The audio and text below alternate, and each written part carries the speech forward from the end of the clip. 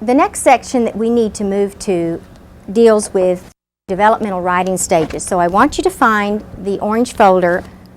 I'm going to give you examples of these developmental writing stages. But before I do, I would like to have you highlight some of the key descriptors that you find under the stages. Find the early stage 0, and let's highlight scribbles. And then the second one says scribbles with some directionality. Then if you would highlight letters. So the movement is that they develop from scribble writing to you noticing some letters starting to work in among the scribbles. Then you'll notice that they write their name. And now let's go back up to the box that says stage 1. The key word there that you highlight is word. You'll start to see words come forth on their papers and formulate there. Then stage 2 would be phrases. You'll see several words in sequence that you recognize. This is not struggling over what you're seeing. It's recognizable to you as the reader of their writing. Then I would direct your attention back up here to stage 3, where it says unrelated sentences. And then we have stage 4, related sentences.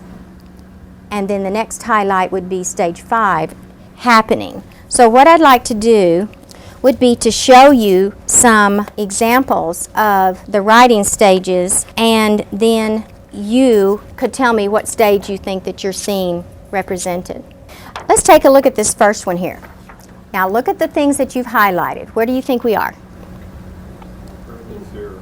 Okay, early 0. We've got the scribbling, don't we? Okay, now how about this one? This is still scribbling.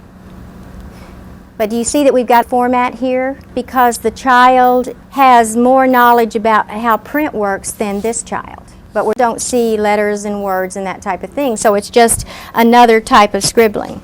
Now we see letters. So how do we get the child from the scribbling to the letter writing? Let's look at the descriptor right there between those two on your portfolio. What do you notice that's in between there? Can you see that it says dictation? The dictation that becomes very helpful because as you're making the little dictated books for reading, you're also finding that it is benefiting them in the writing aspect because they're seeing what writing is. So they start moving from the scribbling into the letters. Here's an example of a kindergartner that I had in my classroom. They had an assignment. And the assignment was that you keep up with your snacks at home for a week. And we were spinning off of the Hungry Caterpillar. And you actually have this in your manual as a possibility with a homeschool connection. Let's take Wednesday. The parent labeled what the child drew. Had a little caterpillar project where they put the ball fringe on a popsicle stick and it was magnetized and stuck on the refrigerator door. So every day the parent was labeling for the child, making a little connection there with the print. So on Wednesday I ate through nachos with cheese, ABCs and 1, 2, 3, fruit roll-ups, peanut butter, sandwich, sucker, biscuits, but I was still hungry. Now notice what happens on Friday. What do you see there? They did. Very powerful for you to take dictation as a teacher, but also you can stretch that into maybe letting the parent be part of this process. Let the child see them write as well. So now the child says, how do you spell ham sandwich? So we first start off with letters, and some will be reversed until they've practiced and that's stabilized which way it goes. And then we'll see the name coming in next. Where do you think this child is? Do you see letters? Do you see words? No. All right. So now let me tell you what this says. I like to play catch. I like to play catch baseball. Look at the descriptors on your portfolio. And now that you know what it says, because you normally ask the child to read it, what do you know about this child? You know they're writing some letters, but if you know that it says, I like to play catch, What can you find under stage 1 that characterizes the child's development? All right. You're starting to see the development of beginning and end. How would you stage this child? You don't see words, which is represented there in stage 1. Would you settle for 0.5? That's where they are. Now, the reason that we stage the child, just like we do in reading, is to find out where we should work with them. So if they're 0.5 on their own, where would their instructional level be? They have some of the characteristics of stage 1, don't they? Have they finished stage 1? Not completely. So we need to keep emphasizing the descriptors in stage 1, and we will call that the instructional level. That's why we're staging the students, so we will know where to target our instruction. Of the multiple measures, the staging of the writing helps us to know where to focus. Look at this one. All right, can you read that for me? I can see a monkey. I can see a tiger. I can see a Stack. Well, it's probably some kind of animal. Snake, you got it. Okay. I can see a bird. All right. So what stage would we say that this child perhaps would be? It could be stage 2. If they were stage 2, would you expect them to be able to spell can and see correctly? Look at stage 1. It says, writes words such as. Before they leave stage 1, would we expect them to be able to spell can and see? Aren't those pretty common words? We would, wouldn't we? Okay. Sometimes children are in between. So we would stage this child 1.5 so that we would then know that we can't leave the sight words behind yet. We still have to target that type of instruction with this child. And we need to target those, yet we start to see the movement to writing words in a phrase. Let's stage this child 1.5 to let the teacher know that they should be doing part of 1 and stage 2 as well. Now, for a child, let's say, at the 2nd grade, would you say that this child would be considered high, high average, low average, or low if they turned in a paper like this to you? Low? Pretty consistent if they were a 2nd grader, all right. Now, what if they were a kindergartner and they gave you a paper like this? They would be high. But what stage would they be? Whether they're a 2nd grader or whether they're a kindergartner, what stage would they be? 1.5, right. So the stage doesn't change, but our expectation of the child and the standard, what we call the standard, changes. So on your portfolio, what you're going to see here then is you're going to see that we have an expectation, and if these are the standards, that we expect a child by 1st grade to be at the end of stage 4. Do you see the orange bar that runs across here where it says 2nd grade? All right, we expect a child to be at a stage 5 when they start 2nd grade, at the end of stage 4, beginning of stage 5, and then that's where we would want to target on standard. We're talking about 80% of the children should be there if we make it a standard, and then we can start working on a simple happening. So you already know in your mind that there are some standards that you would expect. You just told me that this child right here would be a low if they were at the 2nd grade level. And that's your standard, that's your gauge. And this will help us to be more consistent with that alignment or with our standard from teacher to teacher to teacher so that we have some consistency across the folder. If you fold this back, you're going to see where we would circle the high average, the low average, and the low on here. And it might be wise for us to have some examples of what we would expect these different grade level students to be able to perform at a particular time in the year. That will help us to standardize our expectations. because sometimes they get a little bit harder as we move up, and you'll see that in just a few minutes. Let's move on to this one now. And we're practicing staging, so we know where to target our instruction. Boats are good to man. There are many kinds of boats. There are big boats, some boats are little. Boats can be good for man. What do we think we have? What stage of development do you think this child is performing? If this is an unassisted paper, all right, for what reasons? One has consistency of indented spelling. Okay, we do see quite a few words there spelled correctly, don't we? Did anyone else? All right, I'm going to draw a distinction here between what we call related sentences. We know that all of these are about what? Boats. However, the relationship among the sentences that we're talking about would be that they are related to each other. Do we know why boats are good to man? No, we don't, do we? They're not related to a topic sentence. We're going to call this relationship here that we have in stage 4 that all of the sentences relate to one another. So we would have a paragraph. And in this case, we have sentences that are related to a subject, but we don't have the development of a particular sentence that relates to other sentences. So how would we stage the student? Because they're starting to get a little bit of that.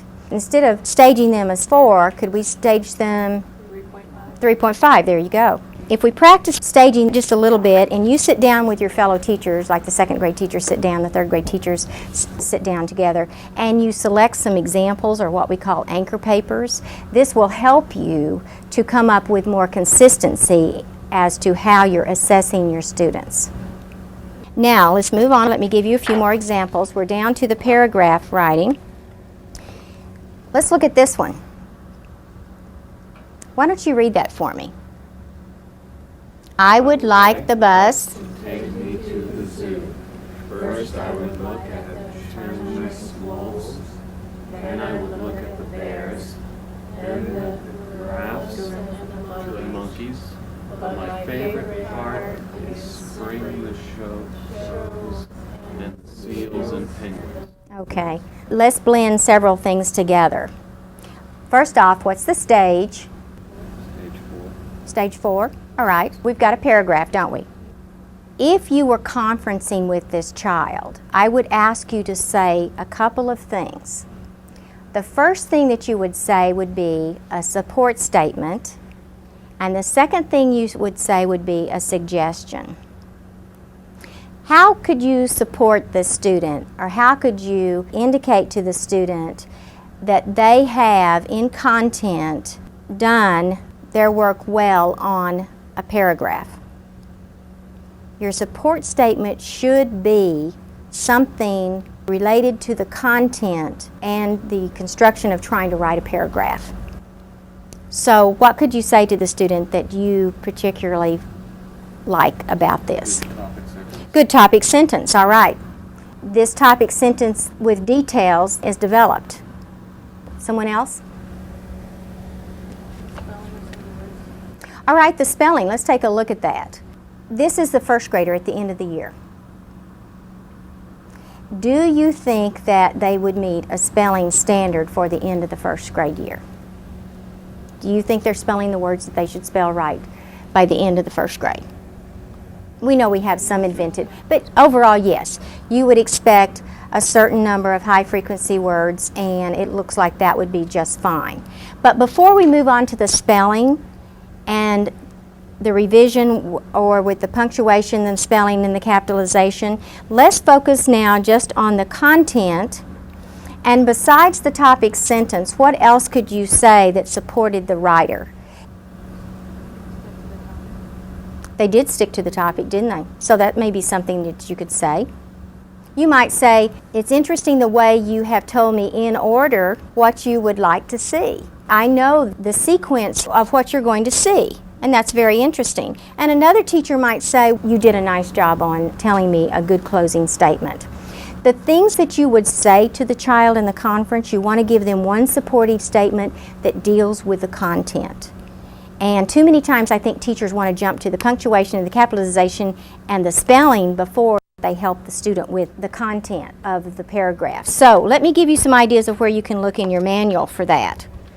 If you go back to the section that deals with F14 through 19, you're going to find some helpful ideas about what you can say during your conferences. So the expository writing is on F16. You're going to see the possibility that you could support the student in your statement by saying something about the topic sentence, something about the details of the sentence. Do you see number 2? Or you could say something about the closing sentences. Now, let's go back to number 2 where the detail sentences are. What type of paragraph has the child written? A sequential, an informational, exploratory, or conceptual? Sequential. All right. So then you would use that section to say something about a sequence. What I'm trying to say here is that different teachers might pick out something different than another teacher, and it would be all right for you to have different things that you're targeting.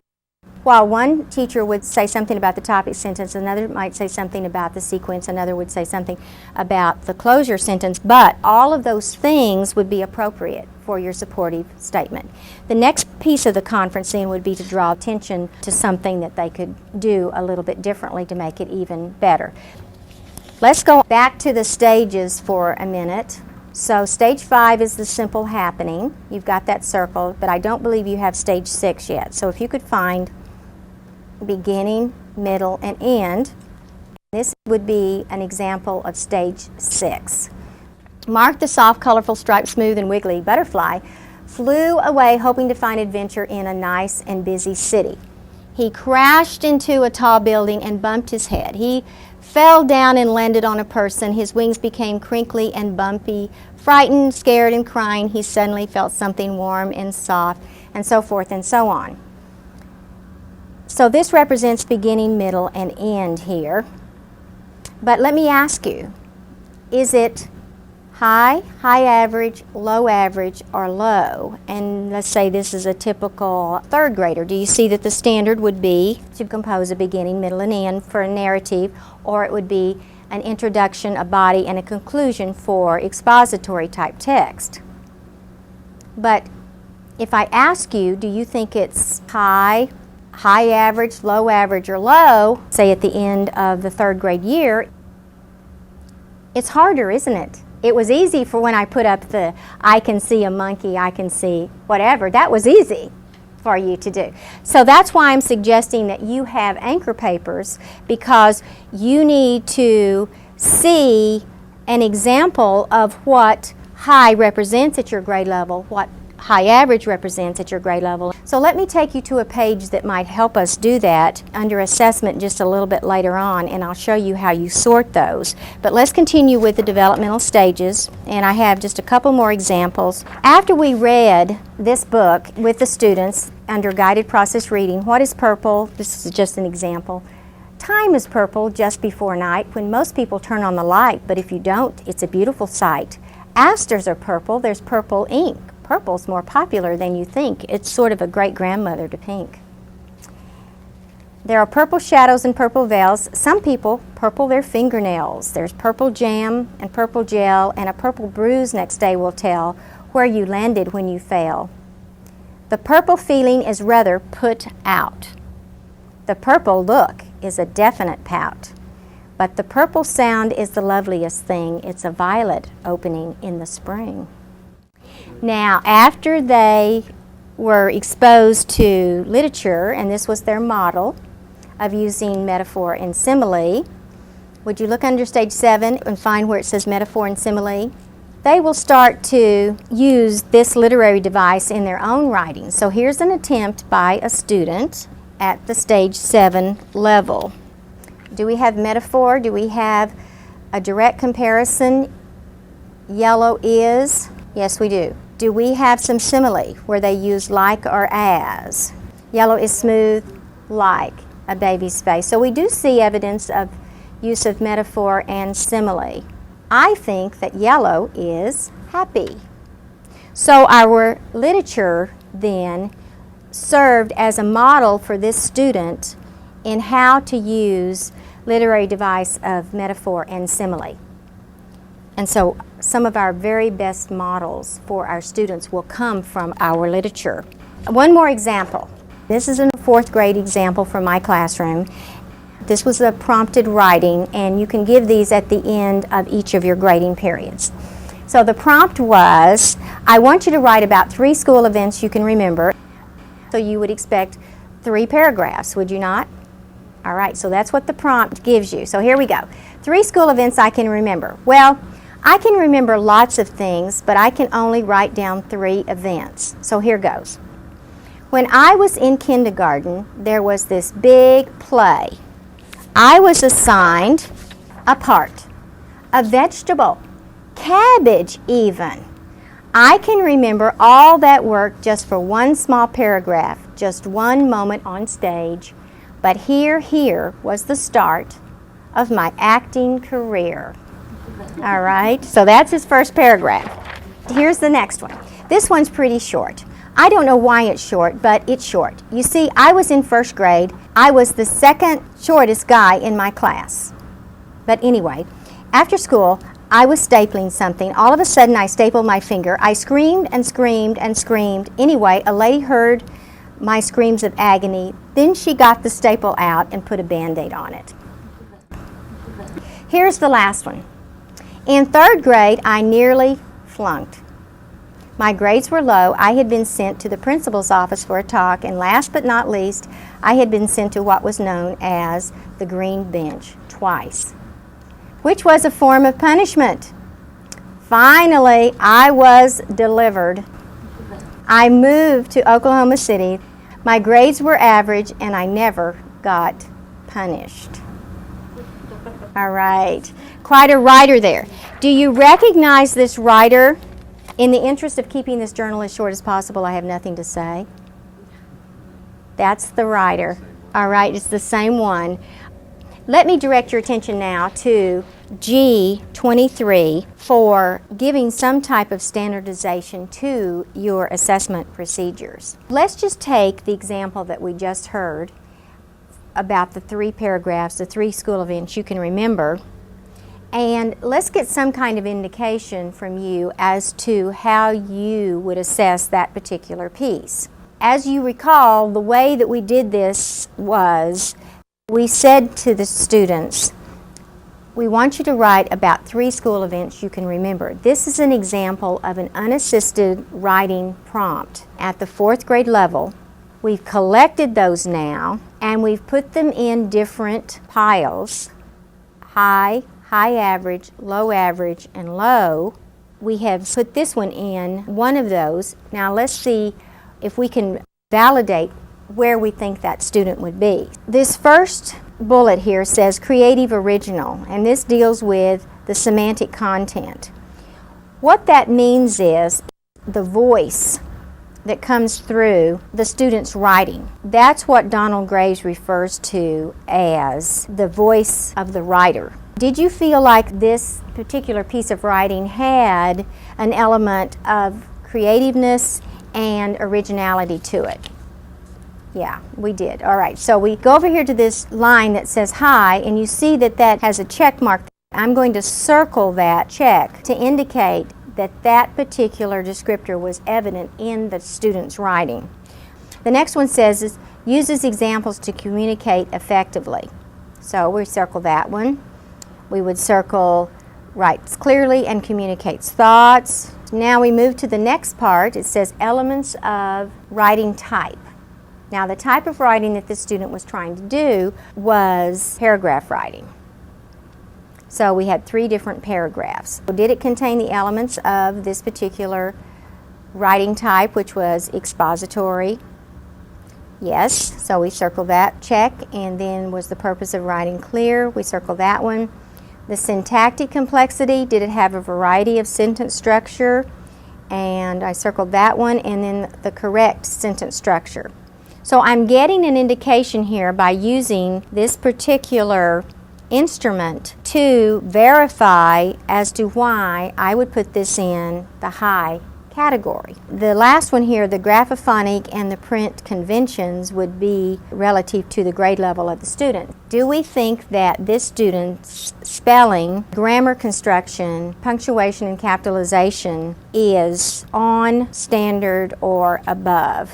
So the grade level expectation being 4th grade here, yes, we would circle that. The idea says to copy this page off, and you can put this with this, and every grading period then you can have your unassisted writing to the prompt being evaluated and assessed according to a writing rubric. Now again, what we would encourage you to do at your particular school would be for you to sit down with other teachers and find a paper that you think would give an anchor to what you feel would be representative of a high paper at your grade level, a high average, a low average, and a low. Give everyone a copy of that, put them in page protectors so that you have a representation of what would be high, high average, low average, and low. And that way you start to bring standardization to your evaluation or assessment of your writing.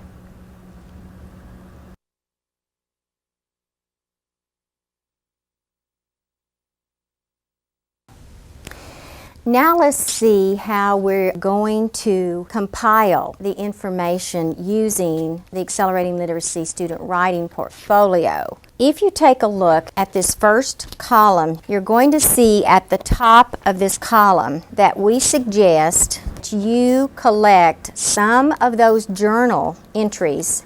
That was F21. Copy something out of that journal that would give you some ideas of how the student responds spontaneously in their writing. So this is the writing, remember, that is unassisted, it's not prompted, and it could be just handed to you by the child. So some of those examples would be very helpful. The second type of writing for multiple measures would be the one that we've discussed where the child is writing to a prompt. And you will see that on the second column. This is the one that could be a standard prompt that the grade level teachers have decided on for their particular students. So all the second grade teachers perhaps would decide, since story writing, as you notice over here, is the type of writing that we would perpetuate in second grade. A prompt might be, have you ever been to the beach? Write a story about what could happen. Then you would compare their writing with the students in the classroom and have those 4 categories that's listed here: high, high average, low average, and low. Separate those papers into those 4 categories, and ideally have that anchor paper that you've copied off that everyone has and knows what represents low and what represents low average and what represents high average and high.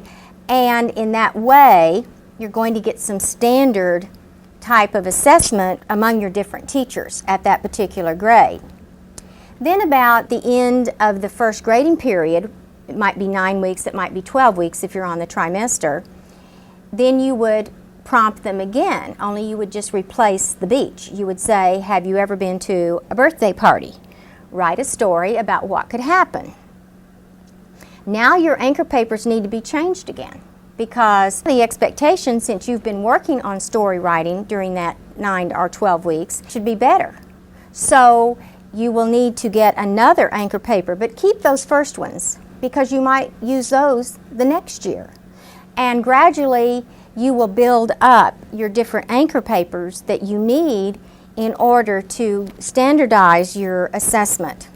So based on how the student did, you would be able to decide and circle one of these particular indicators, whether they were high, high average, low average, or low, and you would be able to date Again, the date that's represented here should be the date at the end of the grading period. So this one is unassisted, it's prompted, and it is assessed against a writing rubric.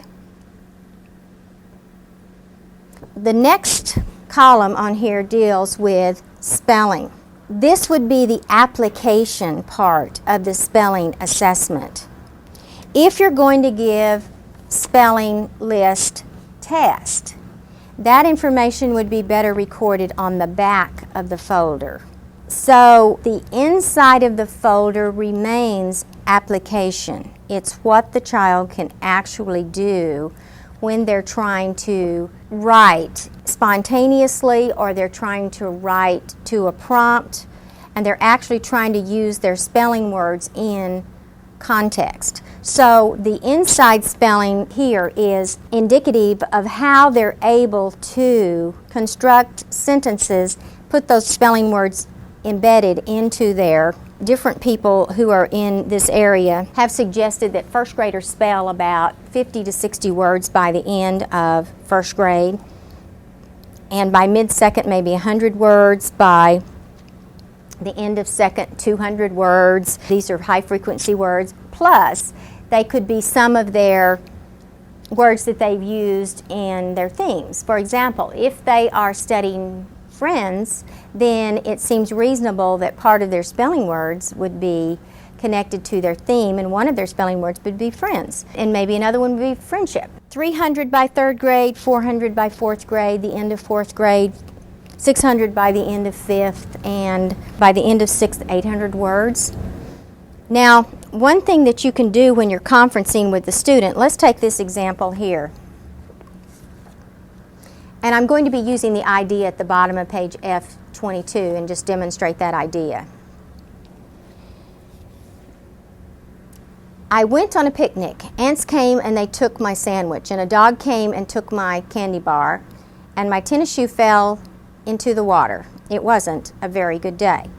Now remember, when you're conferencing with the student, you have to tell the good part first. So we could spin off what possibly you could say about this student. Maybe some of you would say, well, they wrote a topic sentence, and I know the order that the things happened, and I like their closure. They borrowed it from Alexander and the terrible, no good, very bad day, and that was kind of clever for them to do that. Whatever, you would find something in this paragraph to compliment the student on. That would be your first conference point. But you say now to the student, before I tell you my suggestion for your writing, I want to implement the check and change rule. So at the bottom of this page it says check and change. As you confer in guided process writing, you may simply draw a dash under the misspelled words that are theme related or developmentally expected. So let's take a look at our example. After I've told the student something supportive about his work, I would say, let me underline the words that you need to correct on your own. So this is the check and change. You must check and change these particular words. So you as a teacher know what the expectation would be with your particular grade level, and if they repeatedly did not transfer the spelling that you thought for them that was developmentally appropriate, then you would underline the words that they had to change, and this would be expected in addition to the suggestion that you give them next as part of the conference. So you would say to the student, you're going to have to go back and check and change all of these words that I've underlined. So go over to the notebook that we have, and you know what's expected in first grade, and you know what's expected in second grade words, and I want you to look at these words, and the ones that I've underlined are the ones you have to fix. Aren't you getting tired of correcting these words every day? So that you could start building in the fact that you had a certain level of expectation, and they had to fix those, encouraging them to consciously remember the words.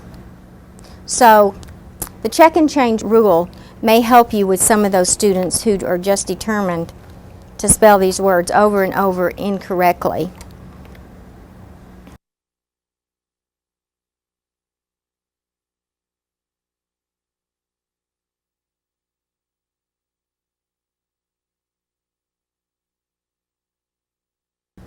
The next section of our study is going to be putting it all together. We've given you some ideas on each of the 6 pieces, the read aloud, the shared reading, and defined them: guided process reading, silent sustained reading, modeled writing, and guided process writing, your 6 components. We have given you some very specifics on these different ones. Now we need to put this whole thing together. We need to put it together not only with the assessment part, but with the whole day and across the content areas. So let me direct your attention to some of the schedules that we suggest. They're listed on pages H21, beginning with the preschool and continuing with the kindergarten, H22, and the primary and the intermediate. I don't expect for this schedule to be exactly the one that you end up with, but it gives you an idea of how you would pull all of these pieces together that we've just mentioned into an instructional day and also work in the content areas. We are going to show you a video of a classroom from the beginning of the day to the end of the day, just one particular day, of how we visualize this all working together.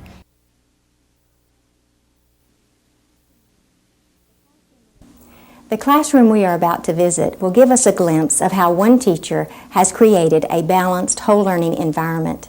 Within the context of balanced whole learning instruction, this video will focus on managing and scheduling an instructional day, inclusion of the 6 components that are necessary to create a balanced literacy program, independent thinking activities, a critical thinking taxonomy, and thematic instruction across the curriculum. Students in this classroom begin their day with independent reading and writing activities. Students choose to read familiar books, write in journals, or read to a parent volunteer. A cookie. He's going to ask for a glass of milk. When you give him the milk, A record is kept of this activity, so all students are invited to read 2 to 3 times a week. It is during this time that the teacher takes attendance and lunch count. This classroom has 5 table clusters. For this week, the teacher has decided to write a response to the students in one table cluster each day. Students in this cluster are also given the opportunity to read their entry and the teacher's response aloud to the class. As the teacher considered grade level materials in literature, social studies, science, and math, an instructional theme of cooperation was chosen to link the content areas across the curriculum.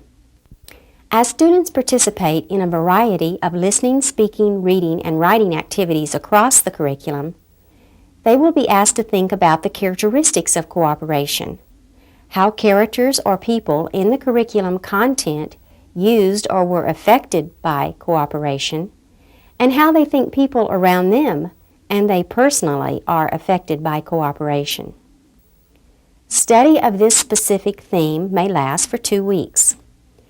As students formulate ideas, concepts, and opinions about the theme, they are encouraged to write their ideas on strips of paper and add them to the theme board. The Doorbell Rang by Pat Hutchins. I've made some cookies for tea, said Ma. Good, said Victoria and Sam. We're starving. Share them between yourselves, said Ma. I made plenty.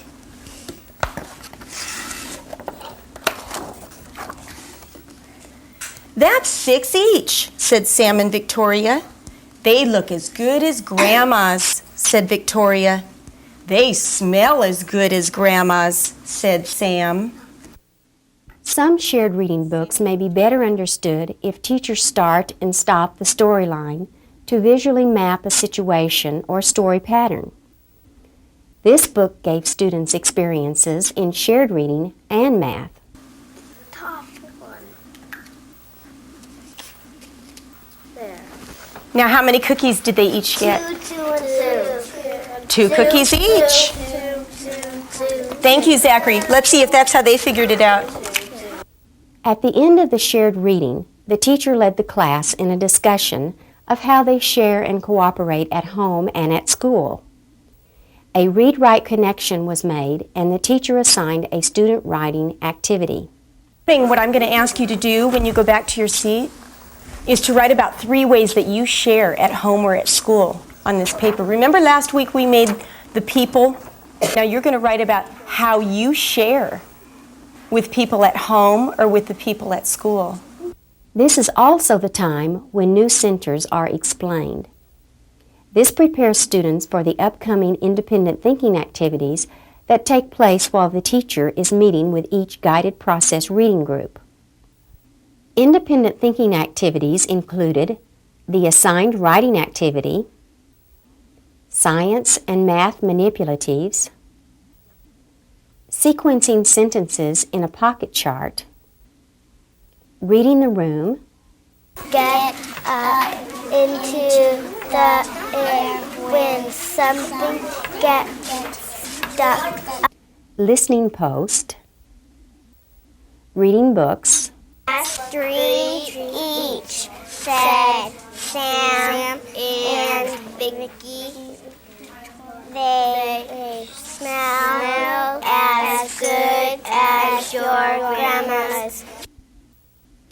making headbands for dramatic play, shared story writing, flannel story, writing center, and various activities that related to the theme.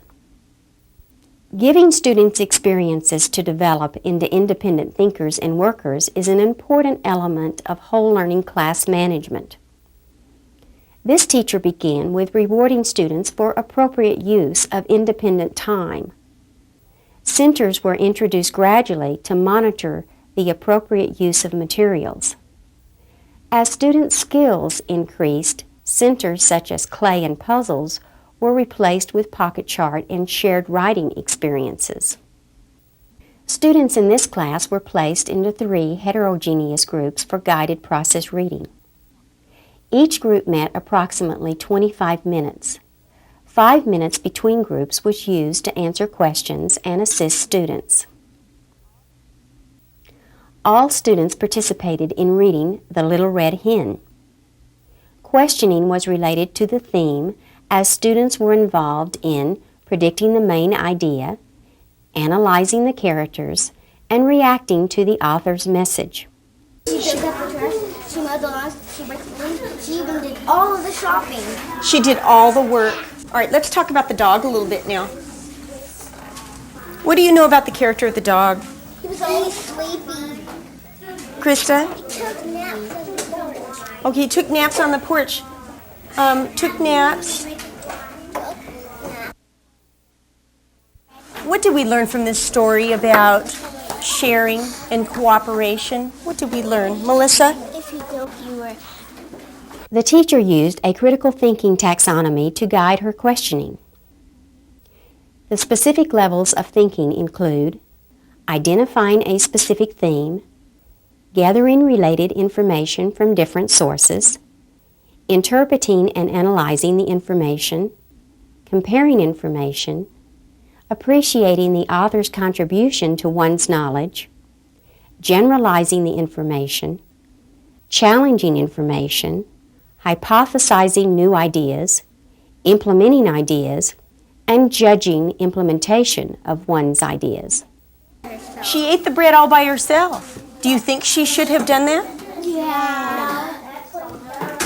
Okay, think about it. Do you think she should have eaten it all by herself? She didn't share, did she?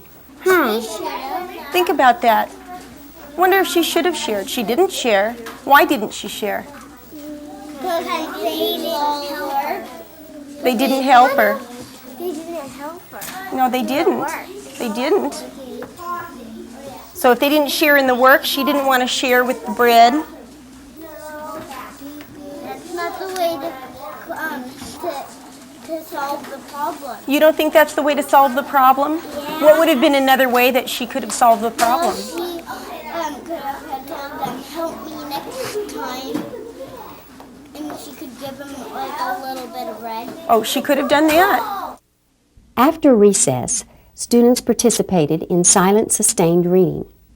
They chose library books from baskets that were kept in the middle of their table clusters. As students continued their independent thinking activities, the teacher met with students who were below grade level in reading. This flexible reading group gave these students extra practice in using the cueing system.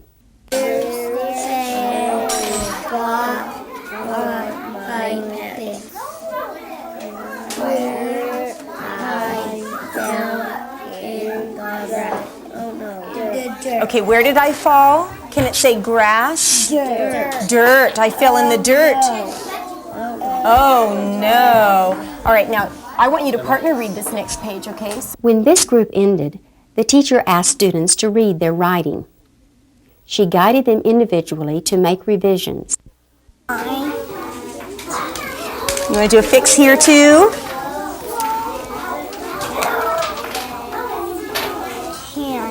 Okay, and is that the end? Let's look at the word share. What do you need at the end of this? Excellent. Okay, let's go back and read the whole thing again. I share. Records of these conferences were kept on a writing conference sheet. Students' writings about how they shared were stapled to their art projects.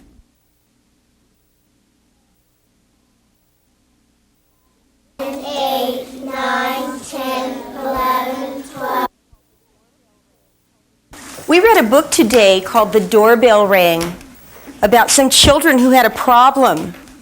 They needed to share their cookies, didn't they? They had lots of friends come to the door and they had to share their cookies. You have some cookies on your desk, and I'm going to ask you not to open them until you have decided at your table how you're going to solve the problem of sharing the cookies with your table group. You may use any of the materials that are at your table to solve your problem. Cut 3 circles and then put them on everybody's side. And then go we have to free pieces together. Each 3, so we would have enough to each one. We have. Will that work? Show me on your paper if that will work. That works. All right. Wait. How many cookies do you have? 12. You have 12 cookies. 1 dozen. You're right, 12 is a dozen. We each can get 2. Well, let's see. Can you put 2 on each plate, and would that make 12? Because there wasn't enough because it ends up like when you do it this way. 1, 2, 3, 4, 5, 6, 7, 8, 9, 10. And then they wouldn't have gotten 2 cookies, right? They won't have to split it. Okay, so you're going to have to do some splitting for those leftover cookies. And everyone gets a whole one plus some split cookies. It's a good way to solve it. Now I'm going to read a story to you called A Chair for My Mother. And let's think about how the people in this story cooperate with each other. A Chair for My Mother by Vera Williams. Which one do you think would be the easiest way for Dad to do this? Dolly. Maybe the dolly? All right, let's consider the dolly. Why do you think the dolly would make it easier to move that furniture? Because it has what? Wheels. Because it has wheels. And it's easier to pick things up than picking that up with your hand. And it makes it easier, doesn't it? Super. So now we've got Dad lifting the furniture with a dolly because it has wheels and it's much easier. All right, let's think about someone in our community who has to move something. After students had participated in visually mapping information of how people move things, the class dictated a summary about the information. Several points were transferred to the theme board. On several afternoons, students are scheduled to go to the computer lab. They are given additional guided process writing opportunities to write about the theme. Students on this particular day also enjoyed dramatizing The Little Red Hen. Once upon a time, there was a little red hen who shared her cottage with a goose. A goose? Come on, Joe. A cat and a dog. One morning, when the little red hen went out to market, she found... As we consider curriculum and coach one another about instructional strategies and techniques, our focus is to improve our decision-making so students become more engaged in experiences that promote critical thinking. The Accelerating Literacy lesson plan is appropriate kindergarten through 6th grade. It assists the teacher in developing an instructional day that flows from one content area to another. Implementation of whole learning theory is a process that takes professional interaction, time, and planning. Due to the length of this video, many aspects of accelerating literacy were not covered. For more information, write Walker Enterprises. You've just watched the primary classroom video. The schedule for that is on H24. In this, we have the main components. We have the shared reading, the guided process reading groups, silent sustained reading, the flexible group that we needed because this is at the end of the year for this teacher. She's into heterogeneous groups. The guided process writing, the read aloud, and the modeled writing. So we have the 6 components embedded in the day. And then we have the content areas, the math, the social studies, the science. The literature took place in our guided process reading group. You now have the content areas and the different literacy components to make this balanced in our instructional day. My suggestion to you is that you work with your grade level team and you try different schedules and share your different schedules as to how you envision this working for you so that you can work everything in and feel comfortable about it. I think if you support one another through it, that you'll be able to maximize the instructional time that you have with the students. But obviously, getting all of this to fall into place is going to take some time. So we don't expect you to go out and do all of this at once. Let's start gradually. So let me direct your attention to where would you start. Now you remember those pink tabs, and that would be where you would start, but it's also written down in here in a continuum. So I want to share that with you because this is very, very helpful. The continuums appear in the I section. Hopefully you will have a coach or a grade level representative that will serve as a coach for a year. You would take your turn in rotating through different support people. And they would assist you in getting materials or letting the principal know what the grade level is accomplishing and has yet to be accomplished. So that there's some reporting to the principal, which we have another sheet that you can write that information down on.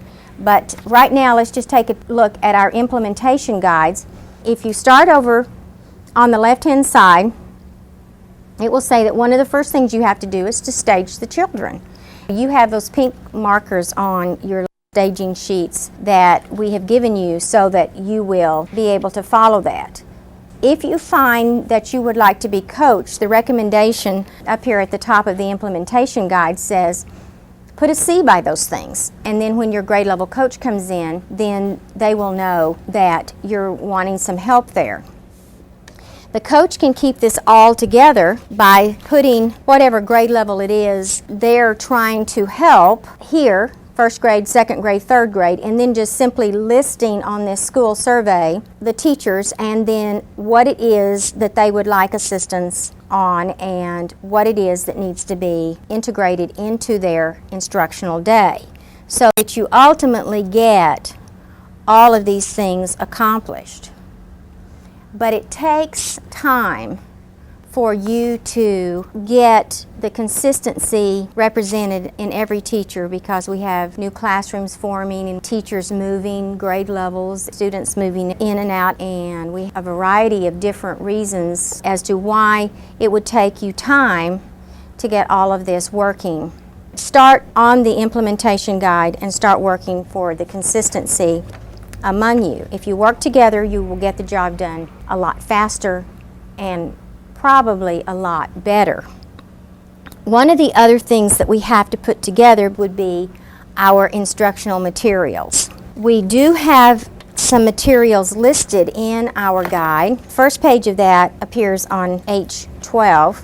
I can give you some ideas as to how you would use your materials. I've tried to sprinkle some of those ideas throughout the training. I would say for the kindergarten level that you're going to need a certain amount of books that are specifically for you for guided process reading. You're going to want to consider your read alouds and your shared reading too. For example, maybe you need to take a look at your enlarged text just to see if they're promoting enough critical thinking. But at this time, let's just get an idea, since this section on H12 deals with the guided process reading, as to approximately how much reading material would be a good place to start, and you can always add to this. For kindergarten, you are going to need some Stage 0 books for those 0.5 processors. And I would say you're going to need 12 different titles, 6 copies each. For Stage 1, the same thing. Stage 2, the same thing.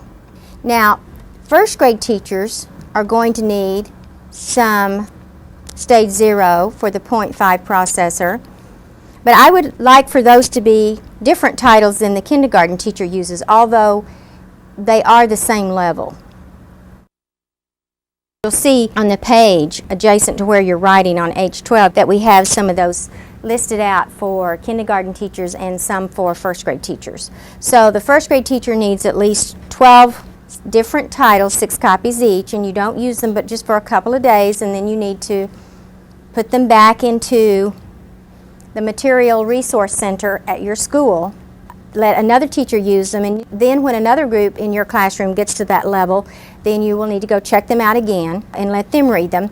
And also the first grade teachers can use the kindergarten level books as well, but the rule is that you can use below grade level, but you can't use the books above grade level. So the kindergarten teachers can't use the first grade books. First grade teachers, you need some Stage 1 books and you need some Stage 2 books. And I would say for the Stage 1, let's get 12 copies, 12 different titles, and again, we're getting 6 copies each on each of these titles. For Stage 2, now I'm going to up that a little bit more because I think you're going to need a minimum of 16 different titles for Stage 2.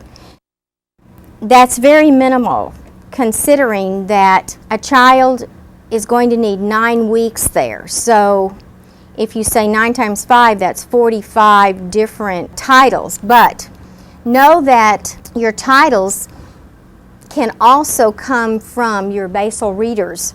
So that's all going into this reading materials for the teacher to have access to. For Stage 3, you're going to need 16 titles. Let's change the number on this Stage 2 and Stage 3. For Stage 2, you get 8 copies of these because it's possible for you to enlarge the group. But if you can keep them in groups of 6, it's better, but the teacher may want a copy for herself. Stage 3, I would say 12 to 15 copies. That's so two teachers could use them at once. Stage 4, you need a minimum of 8 solid titles. You need enough for a class set because you may want them doing something in the pages they just read with you. So you would need a class set on those. Remember, if you have Ira Sleeps Over embedded in your basal series, that would count as one of the 8. These do not have to be necessarily single copies, although I think it's nice to have them in single sets. Second grade teachers, you want to have 45 classroom sets of quality literature. And you would be a stage 5. And again, all of these from now on are going to be class sets. Grade 3, stage 6, you need 24 titles. Grade 4, approximately 18 titles. These are 18 good, solid pieces of literature. 5th grade, 14 titles. 6th grade, and we're talking about novels, you need 12. Now you vary this depending on your preferences. I'm just wanting to give you a ballpark of what it would take. Now let me just address briefly the Flex Group books. The Flex Group books are beyond these sets. The Flex Group books deal with supplemental literature. We have seen Where the Forest Meets the Sea. It's these types of books that I'm thinking about. And those I would suggest that you house again on shelves in a resource room, and you have some of the shelves that house the easy books. Some would be of medium difficulty, and some then would be harder. These are in sets. You don't need to put them in any kind of containers necessarily. If you do, maybe file folder holder or something like that.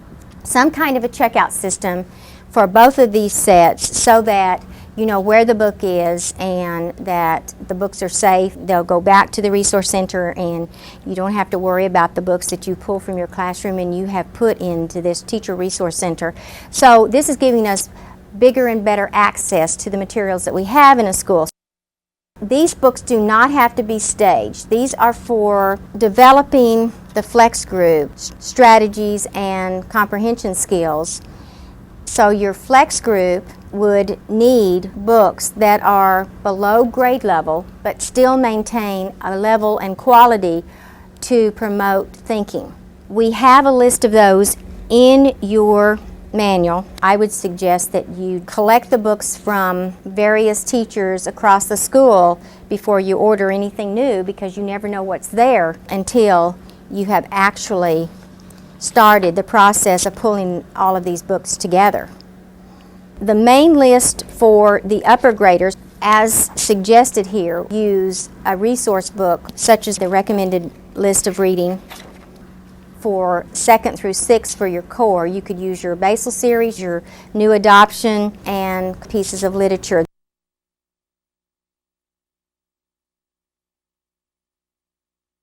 Over the last few sessions, we have been talking about the pieces. A concise representation of what should be the most important emphasis of each of these pieces appears in summary form in the coaching and implementation section, I-12 and 13. So if you say, okay, we've covered many things, what is it that I have to remember about Read Aloud? If you will look on this page, you will see the key things that you need to remember. Now, I'm bringing this up at this time because if someone is observing you and going to give you feedback, this is one page they could use, or the idea at the bottom of I-13 suggests that if you tape record yourself, video or audio, then you could listen to see if you had those particular descriptors embedded in your instructional piece. That's one way the list can be used, is just to double check feedback for yourself, a self-evaluation. Another way that it can be used is if you have coaches, like we've suggested that you do at each of your grade levels, they are going to be able to give you feedback as well. If they step into your room during a shared reading experience, they could simply check off the things that they observe and then hand the piece of paper to you. And this would give you some feedback on the essence of what you're trying to accomplish and to see if you're getting the maximum amount of power out of your instructional piece. The guided process reading, as we've mentioned, is the heart of the instruction. We have that listed out as how it starts with your dictated books and into your different formats. An administrator might use this if they're wanting to concisely say what is it that I should see being done during this particular component or this particular lesson. So they find this self-check survey extremely helpful as well. We want to focus in on the fact that it's supportive. What are the other kids doing is one of the big first issues that teachers usually want to deal with besides the materials. So I'm going to prepare you for the fact that some of them are going to be asking the question that appears right in that paragraph there on H1, what are the other students doing? If you help one another to use activities that they would normally be doing anyway and brainstorm together what are some key things they can do collaboratively and independently. Maybe they won't be perfect, but this will give you not only information about are they transferring what it is that I'm teaching, but also it will give you the activities that you need to do during the independent thinking time while you're working with your guided process reading groups. Your social studies textbooks can lend themselves to having some of those activities done independently. There should be some math activities that can go into the independent thinking time. Your science, some of those activities can be part of your independent thinking time, and then some extensions of your literature would be in there as well. So you would have many different content areas represented in what are the other kids doing when I'm in the small group working with the guided process reading. Receiving the training in accelerating literacy is probably the easiest part. The hardest part is for you to take the training and to implement it. We want to share with you on I-1 a depiction of the process that must be continuous and ongoing, involving the three pieces: training, coaching, implementation, and simultaneously going on with that would be implementation, more training, training, more coaching, coaching, more implementation. This process must be expected and it must be ongoing in order to be as successful as you would like for it to be. Support one another in the effort and recognize that it takes time, but the most important thing is to get started. We would like to say that we appreciate your being in the training and we appreciate your comments. We hope that you will contact us if you have questions, and we wish you the best in your implementation of accelerating literacy.